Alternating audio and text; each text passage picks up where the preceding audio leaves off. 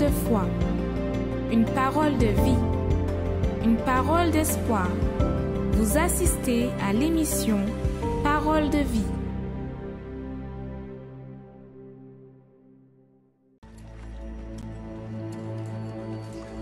Après 430 années de dure servitude, le peuple d'Israël est enfin sorti d'Égypte.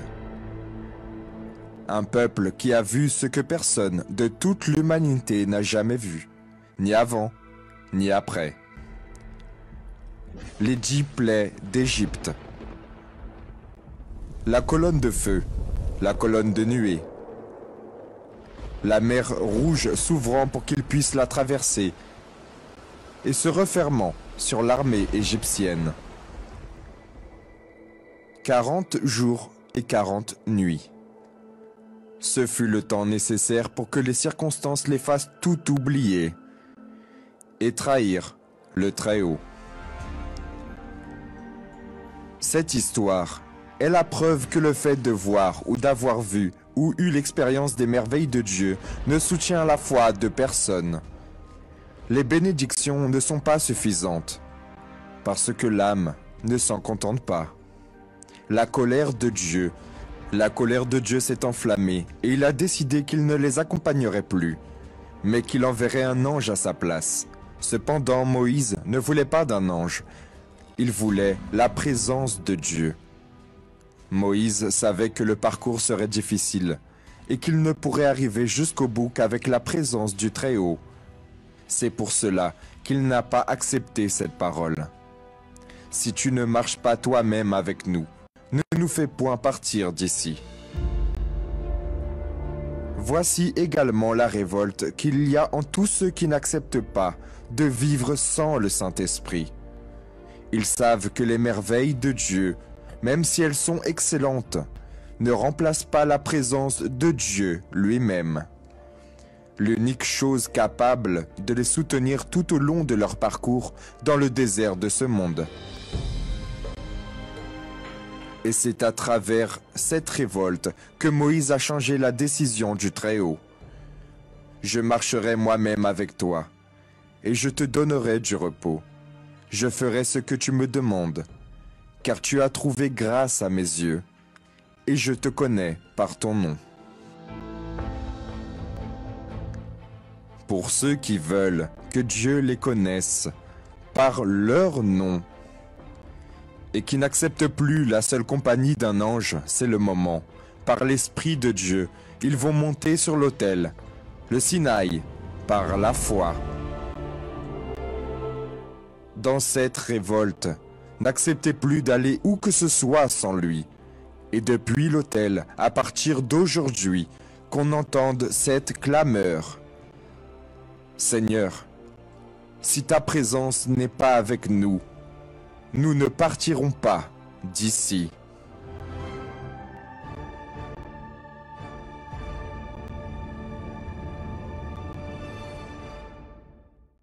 Que le Dieu Tout-Puissant vous bénisse, à vous et à toute votre famille. Nous sommes ici au Cénacle du Saint-Esprit, ici à l'Église universelle du Royaume de Dieu. Derrière moi, l'autel de Dieu. L'endroit où tant de personnes, elles ont eu leur vie transformée. Tant de personnes qui sont arrivées malades, des personnes qui sont arrivées dans le désespoir, des personnes qui n'avaient plus de solution aux yeux de la famille, aux yeux peut-être d'une connaissance, d'un spécialiste, mais au moment qu'elles sont arrivées et qu'elles ont décidé d'aller à l'autel de Dieu, Dieu de son côté a changé toute leur vie. Et vous savez d'une chose, le Seigneur, il a dit comme ça, « Venez à moi, vous tous qui êtes fatigués et chargés, et je vous donnerai du repos. » Peut-être vous cherchez du repos, dans les soirées, vous cherchez du repos peut-être dans un médicament qui vous soulage de la douleur, ou les somnifères qui vous aident juste à dormir un peu. Peut-être vous cherchez du repos en sortant et en essayant de refroidir un peu votre pensée, votre tête, mais peut-être jusqu'à présent, ce que vous avez trouvé, c'est du tourment, c'est des problèmes, c'est des soucis, des personnes qui vont s'approcher de vous et plus tard, elles vont vous trahir. Peut-être vous avez été trahi.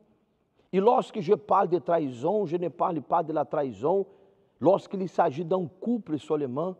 Peut-être vous avez été trahi parce que vous avez mis votre confiance sur quelqu'un et la personne vous a déçu, vous a trahi, vous a frustré en réalité, mais vous voulez avoir la transformation dans votre vie. Bien sûr que vous répondez que oui.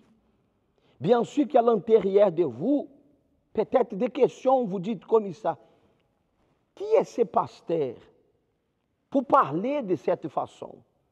Est-ce que lui, il y a avec lui l'antidote qui peut me délivrer de ce poison qui s'appelle pensée suicidaire, qui peut me délivrer de ce poison qui s'appelle trahison, qui peut me délivrer de ce poison qui s'appelle vice, vice d'alcool, vice de la drogue? Oui, nous avons l'antidote, qui est la foi, qui est votre foi. Vous avez avec vous l'antidote, qui est capable de vous délivrer de cette situation. Mais pour que cela arrive, vous devez accepter l'invitation du Seigneur lorsqu'il nous dit « Venez à moi ». Et si vous prenez la décision, c'est dimanche 26. Dimanche 26, soit à 7 heures du matin ou à 10 heures du matin, ici, à l'Église universelle du Royaume de Dieu. Vous aurez l'opportunité de venir ici, de toucher l'autel de Dieu, ou d'aller à l'autel de Dieu et d'établir une alliance avec lui, afin que votre vie ne soit plus jamais la même, afin que vous puissiez, à travers votre foi, stopper la souffrance, arrêter cette malédiction, arrêter ces problèmes que peut-être vous ne supportez plus. Peut-être vous êtes arrivé déjà au bout de vos souffrances. Vous êtes arrivé déjà à un certain niveau dans votre vie que vous dites, si Dieu ne vient pas à mon secours, je ne sais pas ce que ma vie va devenir. Mais il y a la solution pour vous, mon ami. La solution, c'est sortir d'où vous êtes, c'est prendre la décision et de venir participer. C'est dimanche 26, soit à 7 heures du matin ou à 10 heures du matin, à la grande concentration de foi et de miracles qui est réalisée ici, à l'Église universelle du Royaume de Dieu. Vous allez acompanher témoignages de personnes qui peut-être pensaient comme vous, que la vie n'avait plus de solution, que c'était impossible d'avancer, que c'était difficile de changer leur situation. Et vous allez acompanner témoignages de cette personne qui un jour, elle est arrivée, elle a donné une opportunité à Dieu et Dieu a changé toute son histoire.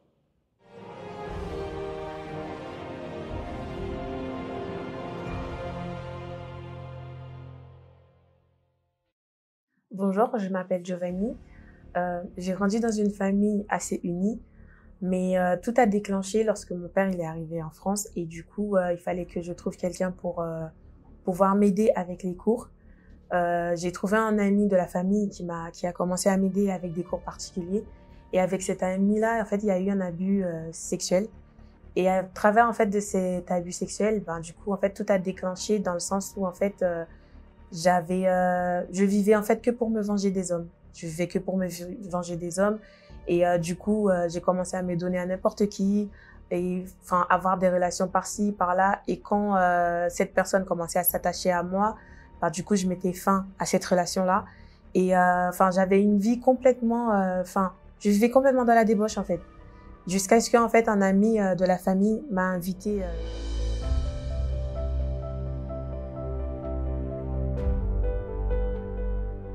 Quand je suis arrivée, en fait, c'était compliqué pour moi parce que j'acceptais pas en fait le fait qu'on me dise il fallait pardonner, il fallait me pardonner ou fallait pardonner la personne qui s'est abusée de moi. Parce que quand même j'avais 9 ans et du coup je me disais cette personne-là, qu'est-ce que on peut trouver dans une dans une petite fille de 9 ans? Et du coup en fait à travers des réunions que je faisais, du coup j'ai commencé à prendre conscience qu'il faut vraiment en fait que je pardonne, qu'il faut vraiment que je me pardonne, que je pardonne aussi cette personne-là. J'ai commencé à entendre parler du Saint-Esprit. Et du coup, en fait, je me disais, en fait, il y a que le Saint-Esprit qui peut m'aider. Il y a que le Saint-Esprit qui peut enlever cette rancune, cette haine que j'avais à l'intérieur de moi, qui peut m'aider, en fait, à vraiment me changer vraiment complètement. Parce que, j'étais pas bien du tout. Et du coup, j'ai commencé à m'investir, à faire les pas pour pouvoir recevoir le Saint-Esprit, à travailler en moi-même, parce que j'étais une fille qui se valorisait pas. Et du coup... jusqu'à ce que la campagne d'Israël s'est présentée et j'ai demandé des conseils parce que c'était la campagne d'Israël. J'ai vraiment je me suis vraiment donné corps, âme et esprit pour pouvoir avoir le Saint-Esprit parce que j'avais compris qu'en fait il y avait que ça qui pouvait me libérer. Et j'ai vraiment fait tout ce qu'il fallait, investir physiquement, investir spirituellement. Par la suite, de moi-même en fait, j'ai fait un jeûne de Daniel. Et c'est à travers de la campagne et du jeûne de Daniel, en fait, que j'ai reçu le Saint-Esprit. Et à travers du Saint-Esprit, je suis devenue une fille complètement changée, en fait. Parce que j'étais une fille vraiment qui avait beaucoup de haine en elle. J'avais de la rancune. Et à travers du Saint-Esprit, je suis devenue une fille qui avait de la paix, qui avait de la joie de vivre. Je suis une fille qui réfléchit plus. Et vraiment, en fait, toutes les décisions que je prenais, c'était vraiment avec Dieu. Bonjour, je m'appelle Gelsan. Moi, au contraire, j'ai grandi à l'église. À l'époque, ma mère, elle était ouvrière au centre d'accueil universel et elle avait des projets pour moi de venir ici pour mes études. Avec le temps, ça allait bien avec ma famille ici. C'est juste qu'au fur et à mesure, avec mon oncle, ça n'allait pas. On a commencé à avoir des petits conflits entre nous, de la bagarre. Tous les deux, la police était obligée de venir intervenir. Et à cause de ça, j'ai commencé à beaucoup fréquenter la rue. J'étais avec les filles, les soirées. J'ai commencé à boire justement l'alcool, fréquenter les boîtes de chicha, etc. Tout ça pour essayer de cacher la souffrance que j'ai traversée. Et avec le temps, on venait déjà à l'église, parfois avec ma famille ici. Et de là, on m'a invité pour venir à l'église. Je venais au groupe jeune des fois. Et comme ça n'allait vraiment pas, j'avais des projets pour retourner chez moi parce que je voulais plus continuer ici, parce que je me disais que j'ai souffert beaucoup. Mais un homme de Dieu m'a conseillé, m'a orienté, m'a suivi. Je me suis dit que non. Même que je connaissais déjà l'église, j'étais né, je me suis dit que cette fois-ci, je vais me lancer pour vraiment connaître Dieu. Parce que j'entendais parler de Dieu, je savais qu'il existait un Dieu, mais je n'avais pas une intimité avec Dieu. Et de là, je me suis lancé le défi de connaître vraiment qui est Dieu. Et je me suis lancé dans la campagne d'Israël. Je me suis lancé, Dieu me demandait beaucoup de choses. Dieu me demandait pour que je pardonne mon père, que ça faisait plus de 15 et 17 ans qu'on ne se parlait pas, j'avais pas de ses nouvelles, on s'était jamais vu. Et Dieu me demandait pour que je puisse lui pardonner. J'avais une apparence physiquement, que ça soit des longs cheveux, façon de s'habiller. Dieu me demandait pour que je vienne à sacrifier ça, à être simple. C'était la campagne de la nouvelle identité. Moi, je voulais une nouvelle identité, mais surtout, je voulais changer l'intérieur de moi. Je voulais retirer toute dépression, toute pensée négative, toute pensée de vouloir juste profiter des filles. Et de là, quand je me suis lancé vraiment, j'ai tout donné. À la fin de la campagne, j'ai été baptisé du Saint-Esprit. Dieu m'a baptisé. Ces jours-là, je me suis dit que est-ce que ça va? Parce que j'étais différent. J'étais différent. C'est là que j'ai compris que j'étais devenu une nouvelle personne. Et de là, j'ai commencé à m'investir. Mes pensées ont changé. Ma façon de voir les problèmes, les choses a changé. Et j'ai commencé à m'investir spirituellement de plus en plus. Et après avoir reçu le Saint-Esprit, du coup, j'ai eu un problème de santé. j'avais une pneumonie où mon poumon gauche était complètement infecté et l'infection commençait justement à attaquer le cœur. Et quand je suis arrivée à l'hôpital, j'ai été hospitalisée directement parce que même le médecin il disait qu'en gros, si ça touche le cœur, bah, c'est fini. Et en fait, il y avait déjà la campagne d'Israël. C'était vraiment à la période de la campagne d'Israël. Et c'était compliqué. C'était compliqué parce qu'il fallait faire comprendre aux médecins que je pouvais sortir. Mais malgré, bah, ils voulaient pas que je sorte parce que vu que vraiment, en fait, tout a été affecté du côté gauche, bah, ils voulaient pas que je sorte. Et au moment où, en fait, il a vraiment décidé de me laisser sortir, bah, du coup, il m'a laissé sortir avec tout ce qui était perfusion, enfin, il fallait que je mette un masque. Et je suis sortie comme ça pour aller déposer mon sacrifice le dimanche. Et ce jour-là, en fait, je disais à Dieu, je descendrai pas l'autel tant que je ne suis pas rétablie. Si je dois descendre l'autel, ça veut dire que je suis rétablie. Ou sinon, prends-moi déjà sur l'autel. Et effectivement, je suis descendue de l'autel avec cette certitude, en fait, que j'étais déjà restaurée. Et même pas, on va dire que je suis descendue de l'hôtel, je suis montée l'hôtel le dimanche et le jeudi, bah, le médecin m'a dit que je pouvais sortir. Et aujourd'hui, je suis complètement restaurée, malgré qu'ils avaient dit qu'il y avait des risques pour que je sois asthmatique. Bah non, je ne suis pas du tout asthmatique. Ma santé, elle est rétablie, restaurée. Et ça, c'est vraiment à travers du Saint-Esprit qui m'a vraiment donné de la force pour pouvoir lutter contre cette maladie. Si on a le Saint-Esprit, il va toujours nous soutenir avec ses problèmes. Justement, et à travers là, on s'était connus, moi et mon épouse, on commençait à se regarder, on s'était fiancés et on avait des projets justement pour notre mariage et notre logement. Et de là, avec mon épouse, on s'est lancé dans notre campagne personnelle, des propos personnels. On a fait notre campagne hors campagne. Nous, de notre côté, on a fait des propos tous les lundis, on a fait des sacrifices et de notre côté, on a mis sur l'autel de Dieu. Et on avait déterminé que 3 mois, minimum et maximum avant notre mariage, on aura notre logement. Et on a déterminé justement pour avoir un logement neuf, que nous sommes les premiers entrants. Et Dieu nous a donné une réponse. En fait, le logement qu'il nous a proposé, c'était encore mieux, c'était plus grand, il est neuf aussi. Et 2 mois avant notre mariage. 3 mois. 3 mois. 3 mois avant notre mariage. Et on a dit que voilà, Dieu il a fait. Et nous, on s'est rappelé très bien quels sont les sacrifices que nous avons faits. C'était ça notre certitude, c'était ça notre assurance. Et par rapport à notre mariage aussi, on a sacrifié à la thérapie, on a fait notre propos personnel, on montait sur l'autel de Dieu. Et on savait que Dieu, il allait bénir notre mariage parce qu'il a certitude. Et on a eu beaucoup d'imprévus, mais notre mariage, tout ce qu'on a fait, voilà, on l'a fait tous les deux, il manque rien. Il fallait qu'on paye certains prestataires, qui on se demandait même comment on va faire, mais tellement on avait cette assurance envers Dieu, que Dieu, il a pu bénir.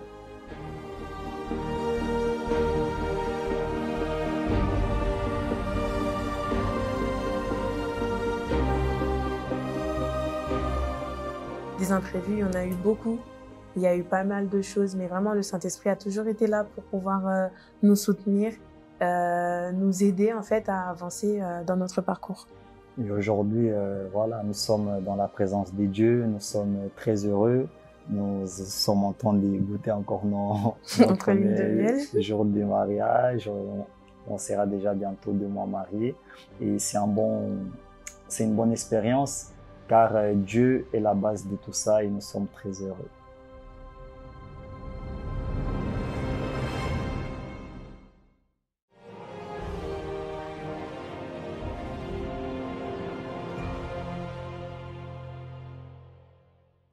Témoignage qui vous montre exactement qu'il y a la possibilité de changer.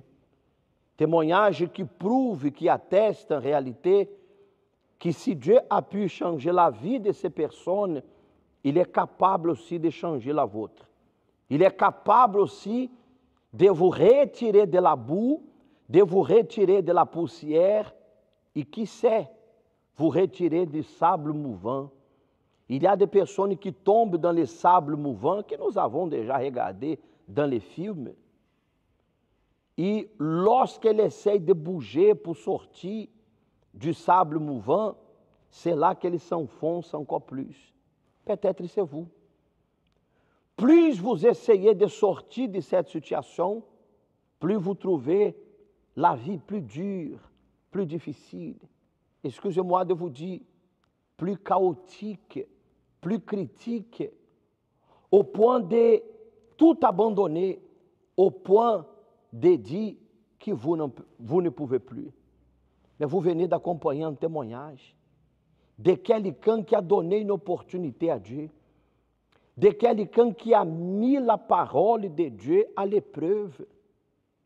Parce que je suis en train de vous parler ici maintenant une chose. Si vous mettez la parole de Dieu à l'épreuve et que Dieu lui-même ne change pas votre vie, qui pourra changer? Mais lorsque je parle que lorsque nous mettons la parole de Dieu à l'épreuve, il est impossible de rester sans réponse. Il est impossible de rester sans que Dieu nous réponde et sans que Dieu change notre histoire. Vous êtes notre invité tout spécial. C'est dimanche, Avenida Cointet, derrière l'hôpital général, à 7h du matin ou à 10h du matin. Nous vous attendons ici ce dimanche. Préparez une bouteille d'eau, un verre d'eau, et nous allons nous préparer pour la prière en faveur de vous. En ce moment, participez à une prière spéciale.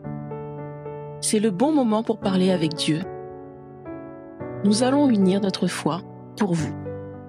Seigneur notre Dieu et notre Père, au nom du Seigneur Jésus, Dieu Tout-Puissant, Dieu qui est Père, qui est Fils et qui est Esprit. Mon Dieu, que en cet instant, toutes ces personnes qui nous acompanhent dans cette émission, Parole de Vie, ela soit touchée, soit visitée. Que à travers la foi, mon Dieu, son histoire change. Que à travers la foi, il y ait, mon Dieu, en avant et en après dans sa vie. Il y a des personnes, Seigneur, que la famille ne croit plus qu'elle peut changer.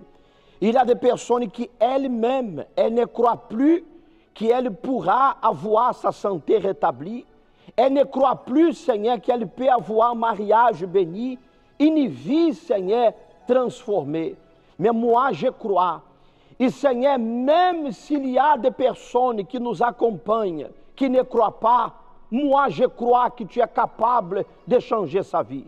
Je crois que lorsqu'elle arrivera ici, mon Dieu, et qu'elle donnera une opportunité à Dieu, le Seigneur qui est vivant, il va transformer sa vie.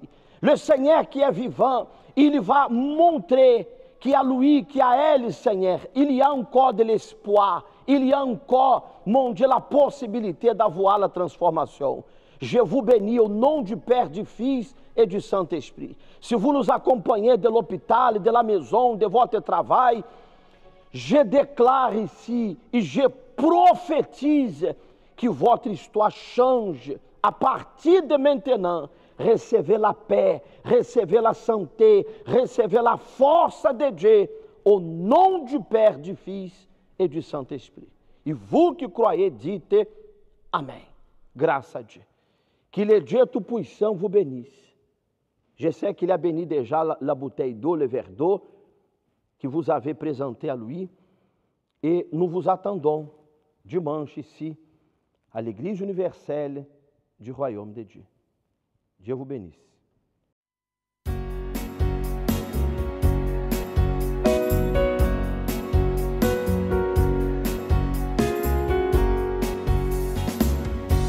Le peuple de Dieu n'est pas né pour être esclave, ni vivre tourmenté par les chicottes du diable. Le peuple de Dieu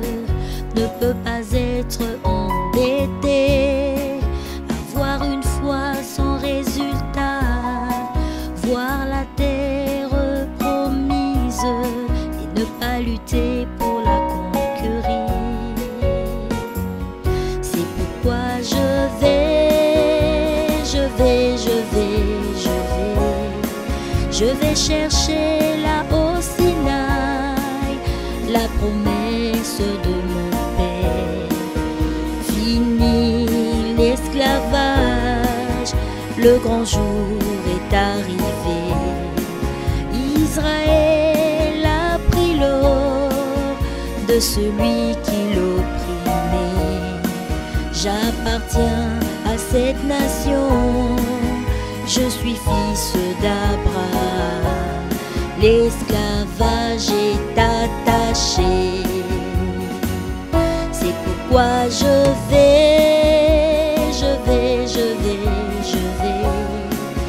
vais chercher là au Sinaï la promesse